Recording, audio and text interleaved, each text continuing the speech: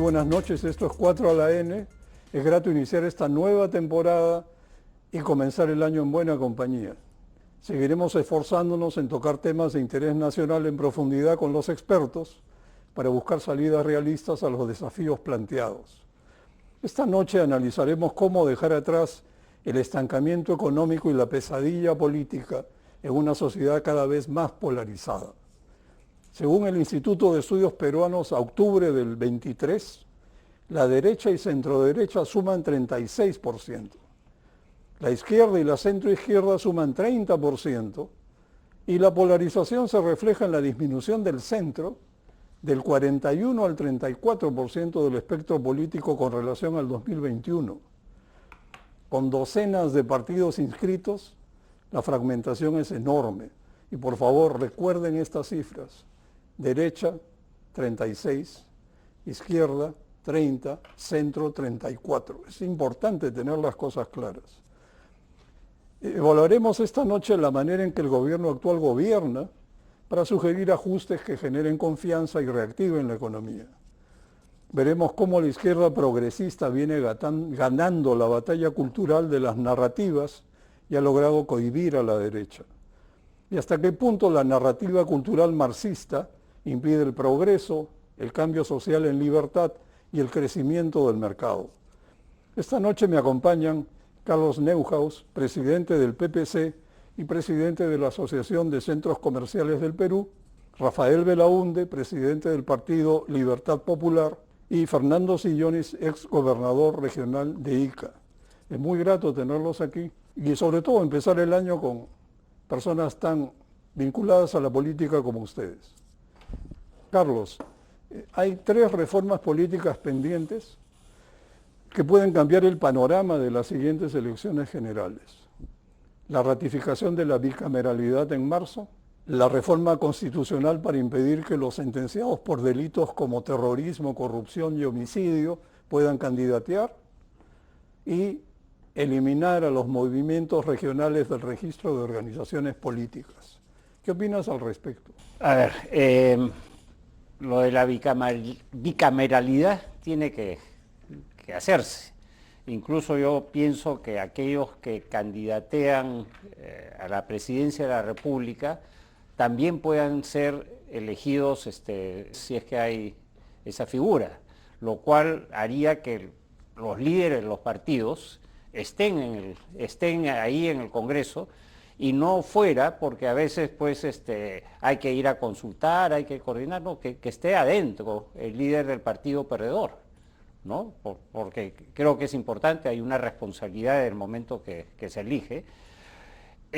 Lo de los sentenciados se cae de maduro, ¿no? O sea, obviamente hay que ver el nivel ¿no? Porque si a uno lo sentenciaron por robarse una gallina, como sucede en algunos pueblos, pues eso hay que ver qué tipo de nivel, ¿no? de sentencia, de qué delitos, ¿no? Obviamente asesinatos, digamos golpes de Estado o malversación, temas pues de narcotráfico, digamos, en fin, hay que tipificarlo, ¿no? Y la tercera, el tema de los movimientos regionales.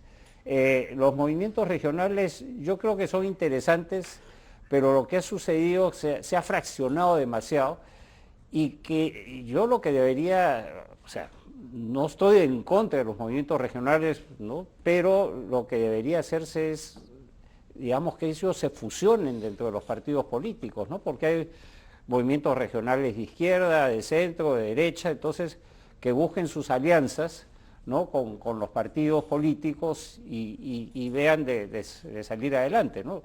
Movimientos regionales siempre va a haber. Ahora, antes en las elecciones municipales, por ejemplo, nunca había, siempre eran los partidos a nivel nacional, ¿no? Claro, la intención es clara, pero el problema es que quizás los partidos nacionales han perdido alcance nacional. Pero una pregunta del estribo, digamos, ¿crees que Antauro Humala debiera poder candidatear? Y no sé, tiene ahí algunos muertos en su haber y digamos, indemnizaciones que pagar, ¿no? No me he metido mucho al tema, pero yo no me parecería, ¿no? que ese tipo de personas entren al Congreso, ¿no? Incluso él en su partido no tiene ningún cargo, ¿no? Claro, pero era para poder Sí, inscribir. Claro, el tema es que quizás, sí. aunque pagara las indemnizaciones, no justificaría, ¿no? Rafael, al finalizar el 2023, la desaprobación del Ejecutivo y del Legislativo es altísima. ¿Cómo calificarías la situación política e institucional que enfrenta el país? ¿Ves visos de mejora? La veo pues grave, lamentable. Me parece que el Perú ha caído en una espiral de decadencia política. En esas carambolas de la política peruana, la señora Boluarte ha terminado la presidencia sustituyendo a un inútil y a un ladrón. Ahora, los pecados de ese inútil y ladrón no la hacen pues santa a ella, ¿no? Ella evidentemente ha demostrado ser absolutamente incapaz para el ejercicio del cargo y el Perú se encuentra en un estancamiento. Digamos, la recesión que padecemos no responde a un shock externo, no responde a la caída de los precios de los metales o a una crisis financiera que nos ha golpeado. Esto es absolutamente forjado a pulso de una clase política decadente y corrupta, ¿no? De la que la señora Boluarte es la principal responsable. Entonces no veo una salida fácil en tanto los mismos jugadores estén en la cancha, ¿no? Fernando, en el 2023 se apagaron los dos principales motores de la economía, la agroindustria y la gran minería. ¿Qué debería hacer el gobierno para hallar una salida y volver a prender los motores? Y yo sé que este tema a ti te preocupa mucho, y con razón.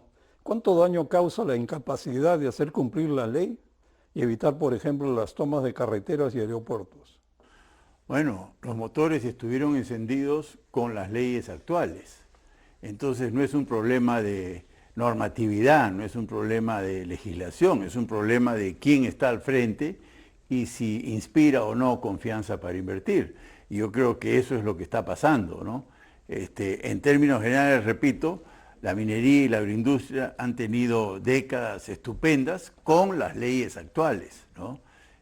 Porque la derogatoria de la ley de promoción agraria, que fue una torpeza del expresidente Sagasti, en realidad fue sustituida por una ley muy parecida. O sea, no le echemos la culpa a la nueva ley de la parálisis de las inversiones, que es real, y no le echemos la culpa a ningún cambio normativo minero, a la parálisis de inversión minera, que es real también. Es el gobierno, el Estado peruano, incluido, por supuesto, el Poder Judicial, la Fiscalía, como hemos visto en estas últimas semanas, por supuesto el Congreso de la República, pero sobre todo el Ejecutivo y los gobiernos regionales, hablando del tema, son la madre del cordero. Ellos desalientan la inversión, ellos bloquean carreteras, ellos practican el vandalismo, ellos se oponen explícitamente a la inversión y bueno, las consecuencias son pues desempleo, pobreza, delincuencia, mendicidad y todo lo que estamos viviendo, ¿no? Claro, y Carlos, la economía se estancó en el 2023. ¿Cómo evalúas el manejo de la economía y de los sectores productivos el año pasado? Bueno, el 2023 tuvimos un primer trimestre para olvidar, ¿no? Con todos los líos, bloqueos de carretera que dice Fernando, paralizó y claro, la desconfianza del sector empresarial y de los inversionistas se vino abajo, se volvieron, o sea, las remesas al exterior de gente que saca su dinero, pues se ha dado, ¿no? Entonces, aquí lo que es, o sea, tenemos estas leyes, pueden ser perfeccionadas, etcétera, pero el mensaje viene de arriba y el inversionista no siente la confianza que se necesita y la confianza no se gana por decreto, o sea, la confianza se gana con actos y con hechos y que muestras de que se quiere reactivar, ¿no? Y tenemos pues paralizaciones En este momento, por ejemplo, alcaldes que te cierran centros comerciales. Me he enterado que además de centros comerciales, el de Trujillo ha cerrado Hidrandina por problemas eléctricos, ¿no? O sea, están llegando al absurdo. Entonces, toda esta, digamos, burocracia municipal y de gobernadores, en su gran mayoría, no me creo equivocar en decirlo, pues no contribuyen para nada tampoco en formalizar el país, en que la rueda empiece a girar, ¿no? Bueno, sí, la cosa no está caminando bien. Bueno, en suma, para cerrar el 2023, creo que sufrimos de un estancamiento económico con deterioro institucional en el marco de un pacto político tácito entre el Congreso y el Ejecutivo para quedarse todos. La inversión privada paralizada por el efecto Castillo y la estéril discusión de una asamblea constituyente. Y el gobierno actual no logró recuperar la confianza empresarial con promesas incumplidas o poco útiles. Rafael, al lado del 2023, hablemos del 2024 que empieza, el 2024 puede ser mejor, o mejor dicho, menos malo. Pero mejor no exagerar el optimismo, ¿no? El rebote no está garantizado y sería solo un rebote. ¿Crees que el cambio de ministro de Economía permitiría esperar mejores resultados? A ver, el rebote se da por definición cuando uno llega al piso, ¿no? Al punto de inflexión. Nada asegura que ahora, en estos meses del 2024, vamos a llegar al punto de inflexión. La inseguridad política, la inseguridad institucional, la inseguridad ciudadana, todo eso puede perfectamente continuar y agudizarse. Entonces, nada asegura que ese rebote se vaya a dar. Más aún, no hay proyectos de inversión importantes. El único proyecto, digamos, de inversión privada importante es el puerto de Chancay.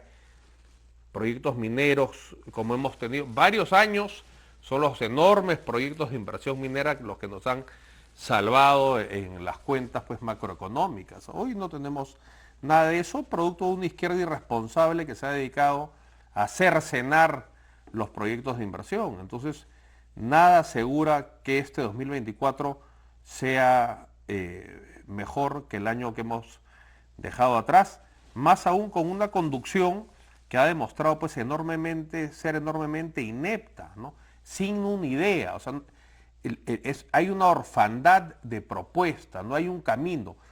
Al final de cuentas, el presidente y el primer ministro tienen que proponerle al país un camino a seguir para prosperar, un camino tras el cual todos los peruanos nos podamos sentir aglutinados e identificados. Y hoy no hay eso.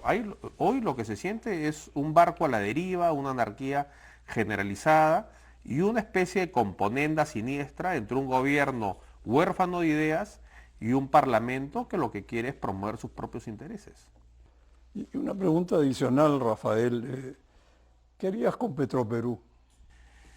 No haría nada. Es decir, Petroperú tiene pasivos muy por encima de sus activos, tiene un serio problema de gobierno corporativo. El Estado peruano no puede meterle más plata, chorros de miles de millones de soles a una empresa que hace agua. Entonces, Petroperú que baile con su propio pañuelo. Si con eso no le basta, tendrá que declararse en insolvencia, tendrá que ir a reestructuración patrimonial. Y el Perú no se puede hacer cargo de los bonos de la deuda que emite Petroperú. Entonces, la idea de privatizar Petroperú es ilusa. ¿Quién se va a hacer una empresa llena de pasivos también, ¿no? Lo que hay que hacer es no gastar, como ha ocurrido durante Castillo, 8.000 millones de soles en mantener a flote a Petroperú, sin contar los que ya se han gastado en la absurda refinería de Talara, ¿no? Entonces, yo no haría nada. Es decir, que viva o muera en función de su propia administración, pero no le puede costar a los peruanos mantener una empresa que por lo demás está llena de privilegios y gollerías para su clase dirigente, ¿no? Y Carlos, la misma pregunta, ¿qué harías con Petroperú? Bueno, yo creo que Petroperú tiene que reconocer su pérdida, ¿no?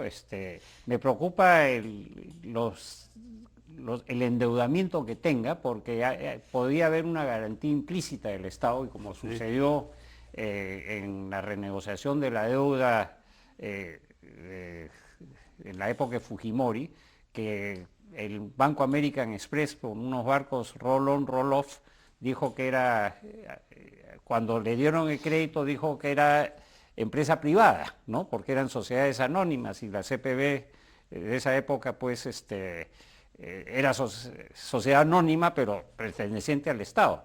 Y no se terminó de negociar la deuda hasta el momento en que el gobierno peruano tuvo que reconocer esa pérdida. Entonces ahí hay un caso, ¿no? Ahora, una cosa es reconocer y decir, bueno, la refinería que pase a que lo opere gente profesional, ¿no? Que pague pues un fee y la deuda se pagará, pues habrá que patearla para adelante, pero no podemos en el precio de la gasolina, todos los peruanos, pagar la ineficiencia de Petroperú, porque estoy seguro que porque ellos están tranquilos, porque hay un acuerdo estos de las compensaciones de los precios de petróleo para evitar las subidas y bajadas, ¿no? Entonces, Petro y Repsol, digamos, el precio lo fija Petro, ¿no? Porque tiene que guardar para pagar la deuda, y Repsol no tiene ninguna deuda que pagar, porque Repsol se pasó a eliminar el salitre con una inversión de casi 900 millones de dólares, y se dijo que Petroperú le iba a costar 1.200. Se ha ido pues a 8.000 o 10.000 millones, ya las cifras hay que buscar hacer un trabajo de arqueología para ver hasta dónde está esa deuda. Entonces, es un tema bien complejo que hay que enfrentar y tomar el toro por las astas para cortar la hemorragia, ¿no? Eso es lo difícil, ¿no? Dudo, difícil que el gobierno se atreva a hacerlo, y en general ha habido siempre esta creencia que una empresa de petróleo estatal tiene algún sentido porque en algún lugar del mundo funciona una de ellas bien. Eso es un tremendo error. Y hay el mito del desabastecimiento, ¿no?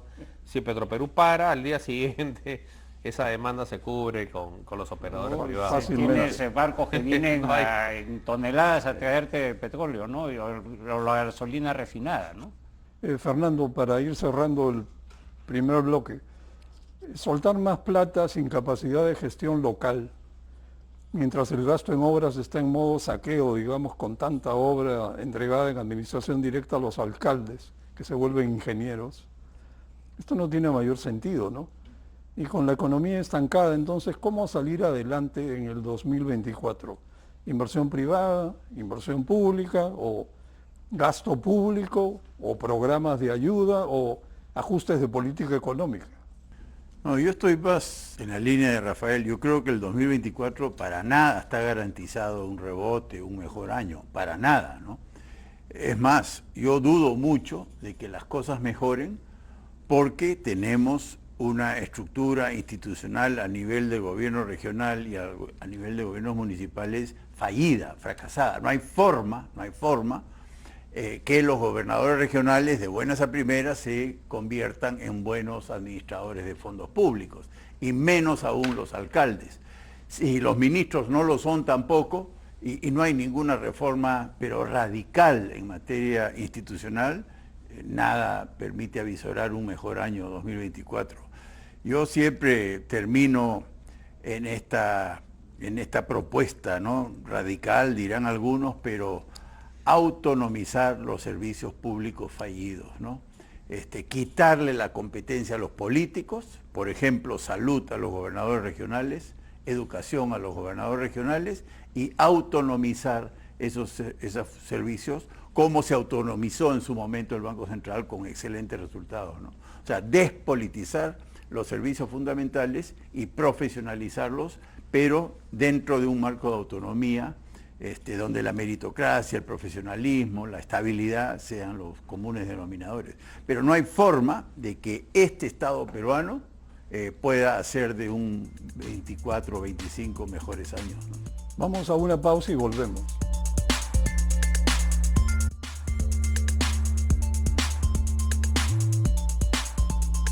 Para, digamos, pasar a otro tema, finalmente el 2024 el gobierno va a ser el mismo y la confianza seguirá ausente, a menos que el gobierno cambie de actitud, deje de lado las promesas, pase a los hechos y promueva la iniciativa y las inversiones privadas.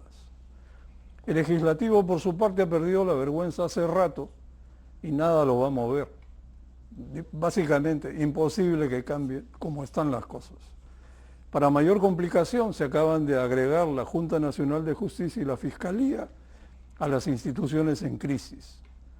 Y por último, crecer 2 o 3% como se anuncia, no alcanza para despegar, alcanza para sobrevivir. Así que esta creo que es, después de nuestra conversación, la foto del 2024. Hay rayos de esperanza, pero algo tiene que cambiar sustancialmente. El gobierno. No de gobierno, sino la forma en que está manejando las cosas. Ahora, hablemos de continuidad, Rafael.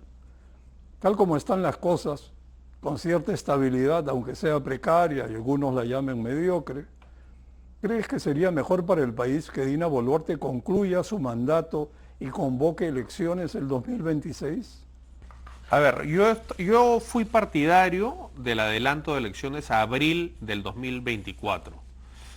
Irónicamente, eso fue boicoteado por los que querían el adelanto de elecciones al 2023 a como dé lugar, sumado a los que no querían adelanto de elecciones. El hecho concreto es que esto es un gobierno pues huérfano, manco y cojo, ¿no? Es lo que se llama un lame duck, ¿no? No tiene bancada, no tiene ninguna coalición parlamentaria. Es curioso que sea lame duck cuando le faltan 2 años y pico. Sí, y es un gobierno carente de ideas y a la vez carente de un soporte parlamentario que pueda plasmar o impulsar esas ideas, ¿no? Entonces, no veo yo posible un relanzamiento de la economía en estas condiciones, ¿no? La señora Dina Boluarte, pocas semanas antes de la elección, estaba con el señor Cerrón y el señor Castillo frente a la estatua de Mariátegui con el puño en alto. Entonces, ella viene de esa cantera. Ahora, que se haya acomodado, haya hecho algunos amagues para quedarse en el poder, ese es otro tema. Pero es un gobierno sin ninguna convicción, sin ningún norte, sin ningún proyecto de país. Los mandatarios, los presidentes, incluso uno podría ver el gobierno de Velasco, el primer gobierno de Alan García, con todos sus errores, imprimieron un rumbo al destino del Perú equivocado. Y hemos tenido otros presidentes que han impreso un rumbo acertado, pero al final ese es el trabajo del gobernante, imprimir un norte, un camino que en lo posible incluya a todos los peruanos, que todos nos seamos parte de un proyecto en común, que estamos progresando, que no nos sintamos excluidos, relegados.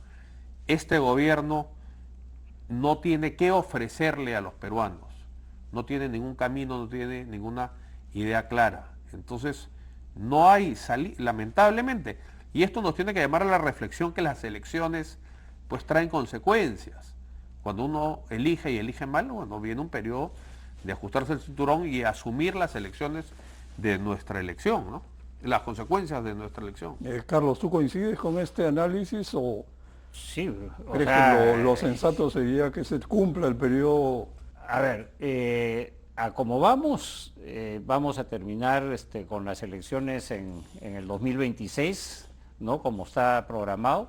Mi preocupación es que si se hace un adelanto de elecciones sin las reformas que se necesitan, por ejemplo, la bicameralidad, por ejemplo, puede ser un tema muy, muy importante, que podría de alguna manera pues y reforzar los partidos y tratar de que los partidos, que hayan menos partidos o forzar coaliciones entre los que más o menos pensamos parecidos, o sea, no voy a decir todos iguales, pero más o menos hay ciertas tendencias macros, ¿no?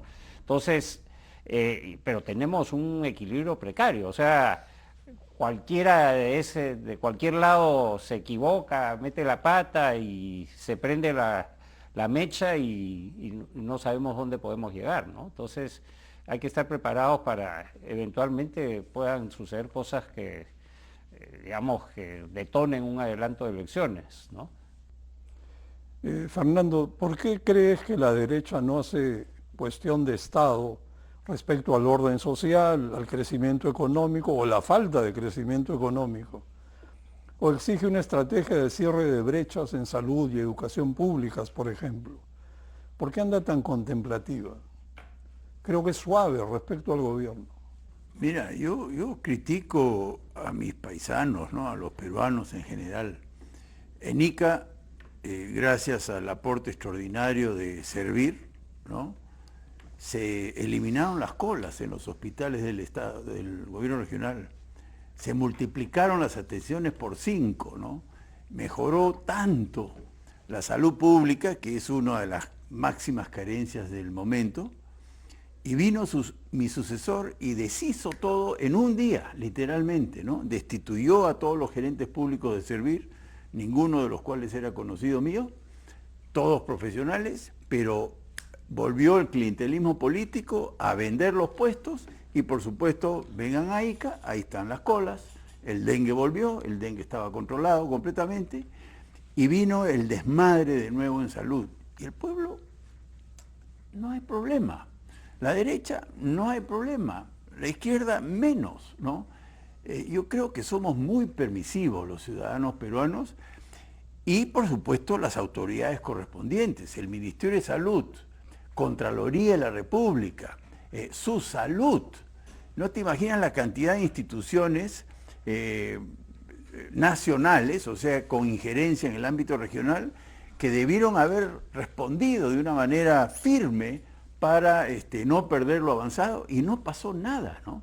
Y entonces yo creo que estamos condenados a que venga un cualquiera, se robe todo lo que pueda robarse, nos maltrate a más no poder, y para adelante, para adelante.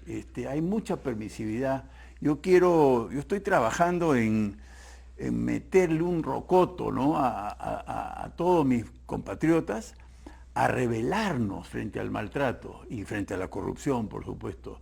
Ahora, esa chispa está ahí, ¿eh? Yo sí creo que se puede encender en algún momento y eso puede propiciar una manifestación, un adelanto de elecciones, por ejemplo, ¿no? Uno nunca sabe, pero esa chispa en algún momento se enciende.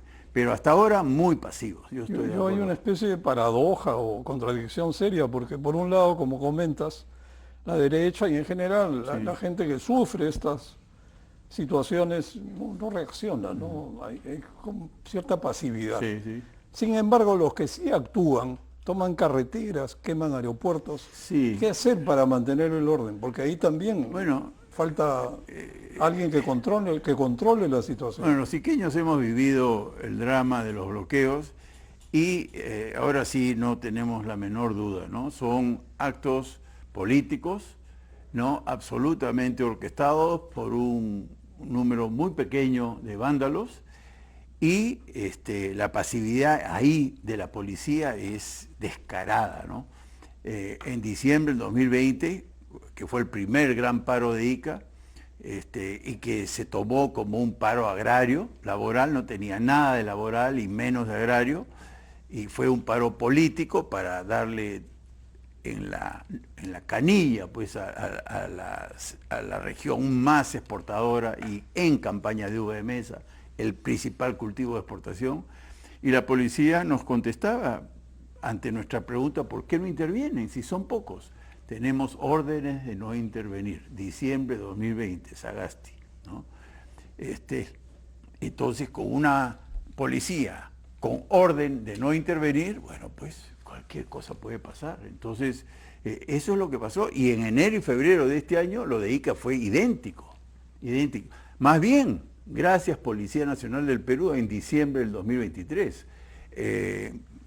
Al César lo que es del César. La policía, en esta oportunidad, en diciembre pasado, hace apenas unas semanas, evitó 3 intentos de bloqueos en Ica. Muy bien, sin ningún herido, simplemente con firmeza, ¿no? Entonces, así es, cuando la policía y la autoridad quiere, no hay problema. No hay problema. Carlos, en los últimos 20 años, dado el gran crecimiento hasta el 2014, caímos en la complacencia del piloto automático, pero sin embargo, la gestión del Estado y del gasto público quedó abandonada a su suerte. Hoy estamos en riesgo y la resiliencia macroeconómica, es decir, la fortaleza fiscal, puede agotarse. ¿Cómo recuperar el rumbo y mejorar la gestión del gasto público? Mira, digamos, se logró, ¿no?, bajar, digamos, la burocracia, ¿no?, y reducirla hasta que entró Humala, y de ahí empezaron a generarse trámites, procedimientos, etcétera, y esto no paró y sigue. Entonces, necesitamos una gran reforma pública. O sea, no puede ser, por ejemplo, que el Ministerio de Transportes, el Ministerio de Educación sobre todo, el Ministerio de Salud estén dedicados a obras. O sea, ellos deben dar políticas, ¿no? Y en el pasado existía hasta, digamos, el golpe del 68, entró el gobierno militar, eliminaron el Ministerio de Fomento y Obras Públicas y crearon pues varios ministerios que les pusieron obras. Entonces, ¿qué sabe un médico de ejecución de obras? ¿Qué sabe un profesor de hacer obras? Entonces, los ministerios deben de regular y dictar políticas, pero hay una serie dentro del aparato estatal de funciones que se superponen unas sobre las otras, ¿no? La otra vez tenía un proyecto en la Costa Verde, ¿no? Y me mandaban de ministerio a ministerio por los temas ambientales. Entonces, la minería, por ejemplo, creo que tiene que sacar 6 procesos de medio ambiente. Entonces, ahí hay que revisar eso en profundidad, verificar la función del Estado. O sea, tenemos un Estado gordo y panzón, necesitamos un Estado atlético y ágil, hablando en términos deportivos. Pero el Estado cada vez, y lo que dice Fernando, ¿no?, se ha ido complicando y complicando cada vez más las cosas. Y si no se hace algo radical para que las cosas caminen, vamos a seguir en las mismas. Rafael, tal vez haya que perder la timidez como hizo Milei en Argentina y logró ganar las elecciones y todavía ¿a quiénes? Tremenda maquinaria peronista, ¿no? El hecho es que aquí la izquierda socialista progre o progresista ha vendido el tema de la desigualdad. Y en medio de una innegable gran desigualdad existente en el país, la derecha, francamente creo, se acompleja de que se le vincule a esas brechas y prefiere no arriesgarse a perder el debate político. Pero ¿qué clase de igualdad ofrece la izquierda socialista? Bueno, la izquierda y la evidencia empírica en eso es inequívoca, ¿no?, inapelable. La izquierda ha sido muy eficiente en generar la igualdad que hay pues en un cementerio, ¿no? Es la igualdad en la pobreza, en la igualdad en la postración, en la falta de oportunidades, ¿no? Esa no es la igualdad que aspiramos, ¿no? Es más, la desigualdad no es necesariamente mala. Yo creo que la justicia tiene que ser el fin supremo, ¿no? El que estudia más, el que se esfuerza más, el que tiene más inventiva, el que asume más riesgo, es justo que tenga una retribución mayor. Eso es meritocrático. ¿No? Claro, entonces el objetivo de una sociedad no tiene que ser la igualdad, sino la justicia, que cada quien reciba lo que se merece. Y el rol del Estado tiene que ser poner la cancha pareja para que todos puedan partir en igualdad de condiciones. Eso es, el Estado tiene que procurar pues dar salud. Para eso no puede ser que la mitad de las postas médicas no tengan médico en el Perú. Para eso las postas médicas tienen que atender, si no 8 por 12 horas al día, no 24, pero al menos 12. Para eso los colegios tienen que tener unas condiciones mínimas de infraestructura. Más de la mitad de los colegios en el Perú no tienen agua ni desagüe. Y ya no te digo de la calidad pues de los maestros. Entonces,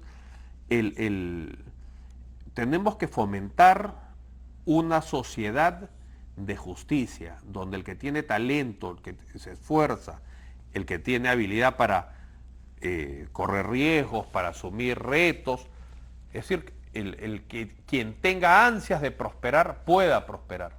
Y eso va a dividir muy claramente lo que es el ámbito del sector privado de lo que es el ámbito del sector público. El sector público se tiene que dedicar, el Estado peruano, a nivelar la cancha. El que nació en Chumbivilcas, que tenga las mismas oportunidades, al menos de capacitación, las mismas herramientas para prosperar, que el que nació en Lima. Por ejemplo, hace poco yo he estado con unos productores de San Martín de Pangoa, que son muy eficientes. Si tú los cuánto producen cacao y café, pero llegar a la marginal pues es una proeza. Entonces el Estado les impone una barrera para participar en el mercado. Entonces el Estado, la labor del Estado peruano hoy por hoy es asegurarse que todo el que quiera participar de la economía de mercado pueda hacerlo. Y eso es salud, educación e infraestructura. Exacto. Ahora, Fernando, ¿por qué suponer que los informales independientes que se ganan el pan cada día van a preferir votar por una izquierda que les ofrece dádivas, cambio de modelo y una nueva constitución, a votar por una opción de derecha que les ofrezca crecimiento y oportunidades con inversión privada? No, yo no creo que los informales prefieran a un candidato que ofrezca dádivas y estatismo y controles y demás, ¿no? A mí me preocupa la cantidad de votos que hay en las drogas, por ejemplo, ¿no? Esos sí quieren caos. Los narcos y los cocaleros, esos quieren caos. Los mineros ilegales, esos quieren caos. Los corruptos quieren caos. Y por eso ese 20, 30% de respaldo de Castillo es real. La gente me decía, es imposible. No, yo sí creo que era real. Yo creo que en el Perú el 20 o 30% de los electores prefieren el caos, ¿no? El terrorismo vive del caos. No hay Estado, eso es bueno para el terrorismo, es bueno para el narcotráfico, es bueno para la ilegalidad, para la informalidad. Por eso a mí me preocupa la proliferación de partidos afines, ¿no? En esta mesa hay 2 presidentes de partidos que estoy seguro piensan muy parecido y hay 10 más en el ambiente. Entonces, si algo me preocupa, así como hay que enfrentar a la demagogia populista, corrupta, inoperante de muchos sectores de la izquierda, hay que criticar también la dispersión de partidos políticos democráticos, liberales, que puede llevarnos al 2021. O sea, gana uno con 12% y uno de los malos, digamos. De eso vamos a hablar más adelante, pero es muy cierto. Ahora, la verdad, la clase de igualdad que se produce en los países gobernados bajo el modelo izquierdista es básicamente empobrecimiento generalizado, alimentos racionados, países quebrados y fuga de ciudadanos a buscar mejores horizontes. Esa es la realidad, esa es la igualdad del socialismo progresista, que aquí le vende paraísos no existentes al pueblo y nos ha llevado a problemas grandes como el caso pavoroso de Castillo. Para concluir con este bloque, Rafael, ¿tú crees que subsiste la amenaza de una asamblea constituyente y una nueva constitución refundacional? Me parece que la amenaza subsiste no durante este gobierno, ¿no? Pero, digamos, nada hace prever o nada nos ha vacunado que en la siguiente elección no se elija a alguien tipo Castillo o alguien peor.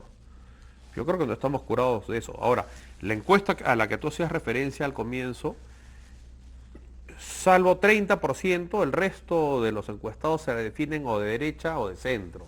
Es decir, en el Perú, el ciudadano es realmente un emprendedor. Tú ves en Juliaca, ves en el Parque Industrial Villa El Salvador, pues en Trujillo. Es decir, en todas partes del Perú la gente no aspira a conseguir un puesto en el Estado, sino tener su propio negocio. Su gran aspiración es que el Estado no le ponga la bota en la nuca y no lo deje progresar. Entonces, esa es la gran fortaleza. Pero esa fortaleza hay que canalizarla, hay que saber conducirla con una legislación pues, que los deje progresar, con normas que sean cumplible, es decir, hay que bajar la barrera que excluyen a los peruanos de participar de la economía de mercado. Yo creo que ese es el gran desafío del Perú en los próximos años, ¿no? Para toda esa gente, no es como en Argentina, donde el sueño de la gente es estar contratados por algún ministerio. En el Perú la gente quiere progresar por su propia cuenta. El Estado tiene que darle las herramientas. Yo creo que si nosotros podemos transformar eso en un mensaje electoral, en una propuesta de gobierno clara, yo creo que eso sí puede resonar con éxito en la ciudadanía. Creo que en el fondo nos han vendido un cuento, que el pueblo es de izquierda. Las cifras lo demuestran, no es así. Bueno, vamos a una pausa y regresamos.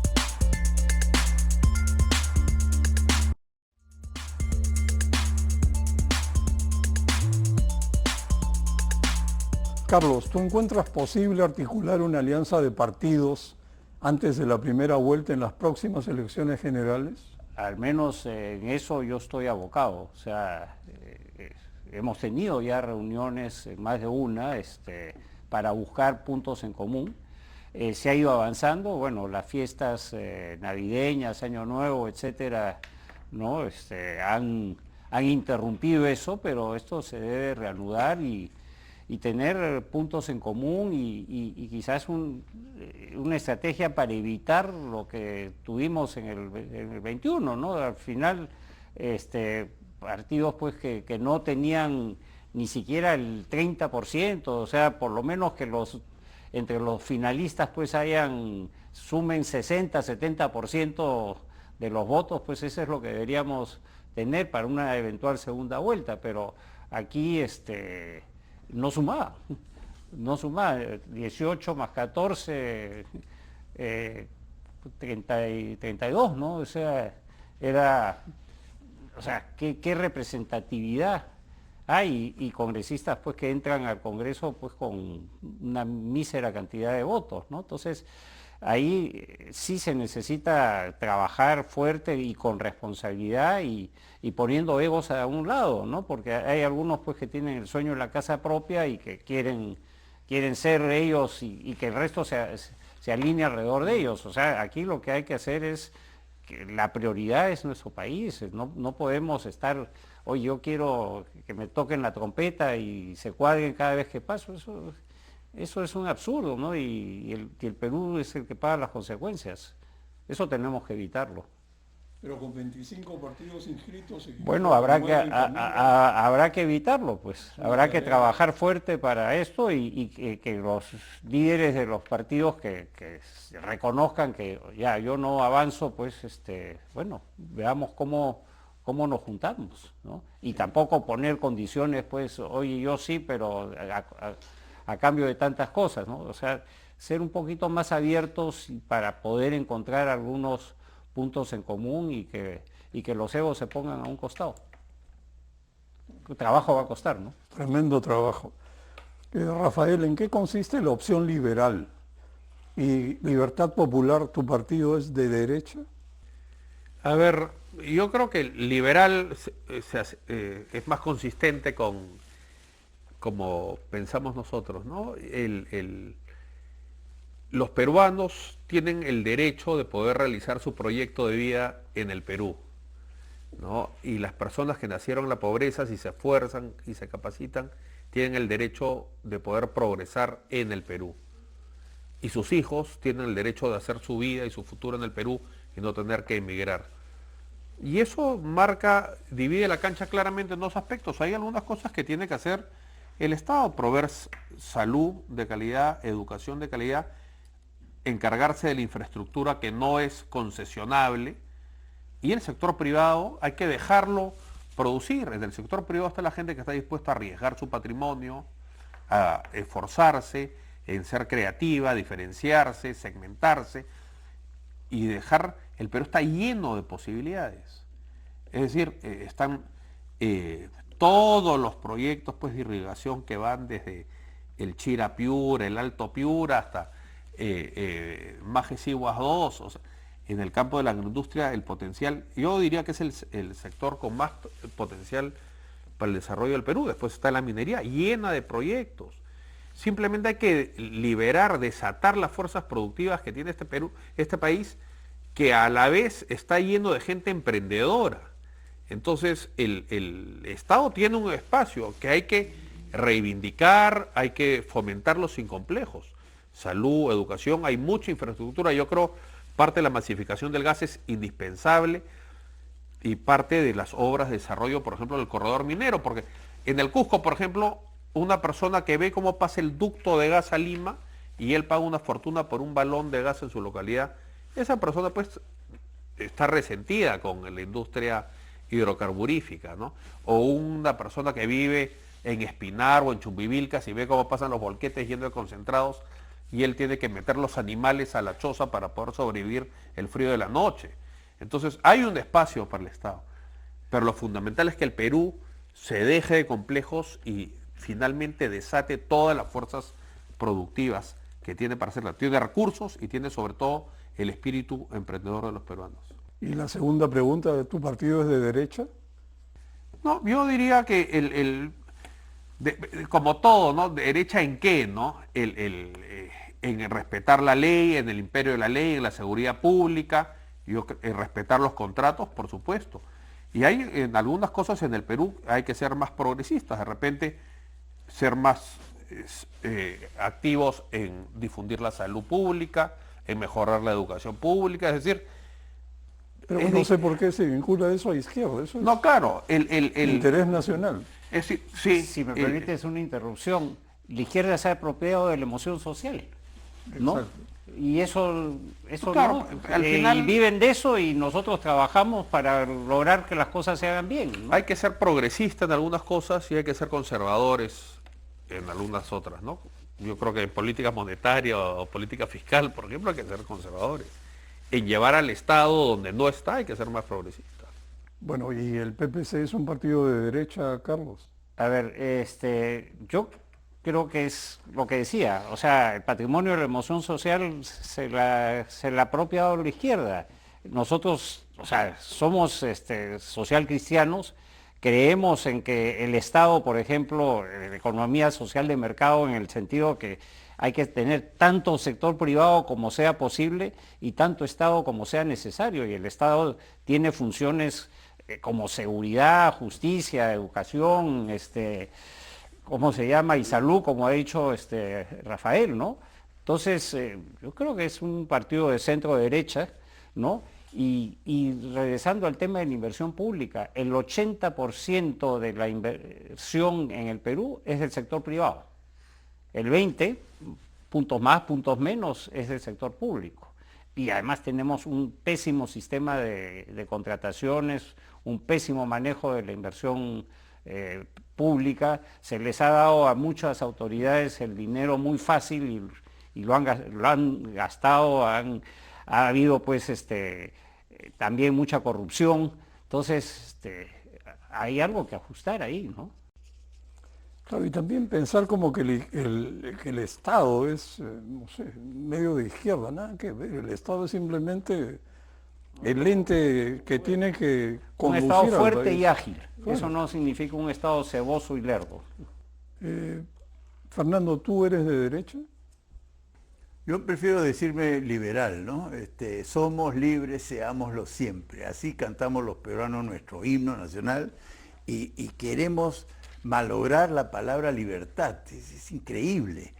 Hablando de apropiarse la cuestión social, qué daño el que hacen aquellos que denostan a los que decimos ser liberales. Liberar la iniciativa, la creatividad, la verdadera espontaneidad. ¿Cómo va a estar mal eso, no? Entonces, no, yo soy más liberal. Yo pienso que derecha e izquierda polariza. Yo prefiero corrupción e integridad, es así, ahí sí me compro el pleito. Pero yo puedo trabajar con izquierdistas, he trabajado con izquierdistas, yo estudié en la UNI, había mucha gente de izquierda y estupendos ingenieros. No tengo ningún problema que un izquierdista pueda brindar una buena gestión en salud pública, por ejemplo, o en cualquier función en realidad. Derecha e izquierda, insisto, polariza. Yo prefiero corrupción, integridad, y me identifico mucho más con la con la libertad de acción de los peruanos, ¿no? Interesante, pero resulta que el año pasado la palabra del año ha sido polarización. Esa es una selección universal. Y el problema no es que se polariza, sino que el país está polarizado, Sí. más que Bueno, nunca antes. perdón, yo sí polarizaría corrupción e integridad, ¿no? Yo sí me compro el pleito con los choros, ¿no? Y abundan, ¿no? Abundan en el Estado, abundan en la sociedad civil. Ahí tenemos que ser polarizantes, yo estoy de acuerdo. Donde no me parece que hay que polarizar es en ideas, ¿no? Hay que respetar las ideas discrepantes, ¿no? ¿Cómo ves el futuro del país a mediano plazo? Bueno, ¿De qué dependerá? yo veo, Trascendamos este gobierno. bueno, es el mejor futuro del mundo en realidad, ¿no? Proyectos mineros por 50.000 millones de dólares que se activarían simplemente inspirando confianza. Una infraestructura concesionable de 100.000 millones, 150.000 millones, cada cierto tiempo nos dice el déficit de infraestructura. 100 o 150.000 millones de dólares que pueden venir muy rápido de recursos privados, ¿no? Vivienda, el déficit de vivienda es brutal, lo vimos en la pandemia, un programa de vivienda de 2 millones de viviendas en 10 años, el PBI salta a los niveles chinos de hace algunos años, ¿no? 7, 8%. Entonces, por ese lado yo veo el futuro de mi país extraordinario, ¿no? Y aparte de esos tres están todos los demás, ¿no? Agricultura, pesca, turismo, microempresa, todos estos emprendedores. El Perú volaría si es que tuviese un Estado, digamos, adecuado, ¿no? Entonces yo lo veo positivo por ahí. Donde no veo ninguna posibilidad de mejora es en la gente que ocupa el Estado hoy día, ¿no? Rafael, tenemos que concluir, pero te pediría que trates en un minuto, digamos, ¿qué te motiva toda esta conversación? No, y yo creo que el gran demérito, la gran falencia ha estado por el lado del Estado, ¿no? Muchos peruanos, millones de peruanos sienten que el Estado no ha cumplido, ¿no? Y por algún motivo arriman esa responsabilidad a la mina, a la empresa, al agroindustrial. Es decir, el Estado ha fallado en educación, ha fallado en salud, ha fallado en seguridad, ha fallado en... No es el modelo el que ha fallado. Vemos cuánto se deja de ejecutar todos los años, cómo el canon se gasta la mitad y lo que se gasta pues pésimo, ¿no? Entonces, ahí hay un espacio por una profunda reforma en asegurarle al contribuyente, al ciudadano, seriedad en el manejo de sus recursos. Entonces yo creo que desde el punto de vista del Estado, de la función pública, ese es el principal desafío, porque el privado basta que lo dejes trabajar. El Estado, si no va a ayudar, que no estorbe. Eso yo creo que es una enorme aspiración y con eso los peruanos saben progresar. Bueno, Carlos.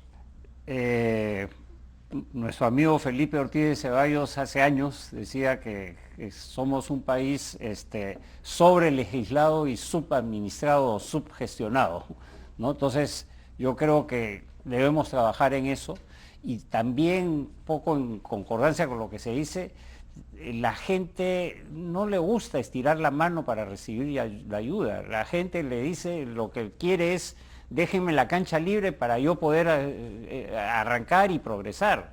Obviamente dentro de la ley, sin corrupción y todas estas cosas, pero hay que liberar esas ataduras que amarran a la gente en sus iniciativas para poder salir adelante. Y eso son muchas autoridades que se encargan pues de ponerle las cortapisas para ser más corruptos. Bueno, yo trataré de concluir con unas palabras que me han motivado a escucharlos. Yo diría, el progresismo y la izquierda socialista pueden aparentar que adoptan la economía de mercado, pero nunca serán coherentes por su falta de convicción y porque están llenos de contradicciones. Además, hay que recordarlo, vienen de fracasar rotundamente, ocuparon ministerios en el gobierno de Castillo. En una elección polarizada entre extremos como la que se avecina, ¿para qué le serviría a la derecha mimetizarse con la izquierda? Al contrario, creo que le conviene aglutinarse, diferenciarse y dar la batalla cultural. El pueblo no es mayoritariamente de izquierda y está harto del bochornoso espectáculo de la política nacional. Por otro lado, yendo a lo inmediato, además del MEF, se imponen cambios de liderazgo en el Ministerio de Energía y Minas y probablemente en el Ministerio de Transportes y Comunicaciones, junto con un shock de inversiones. Lanzar de una vez Tía María y Conga, apoyar decididamente a Proinversión para que saque su cartera madura de APPs, restablecer la ley de fomento a las exportaciones e impulsar la construcción masiva de viviendas. Estas son cosas que se pueden hacer pronto y llegaremos mejor al 2026. Ha sido muy grato conversar con ustedes, 3 políticos que están en carrera, y les agradezco mucho y buenas noches.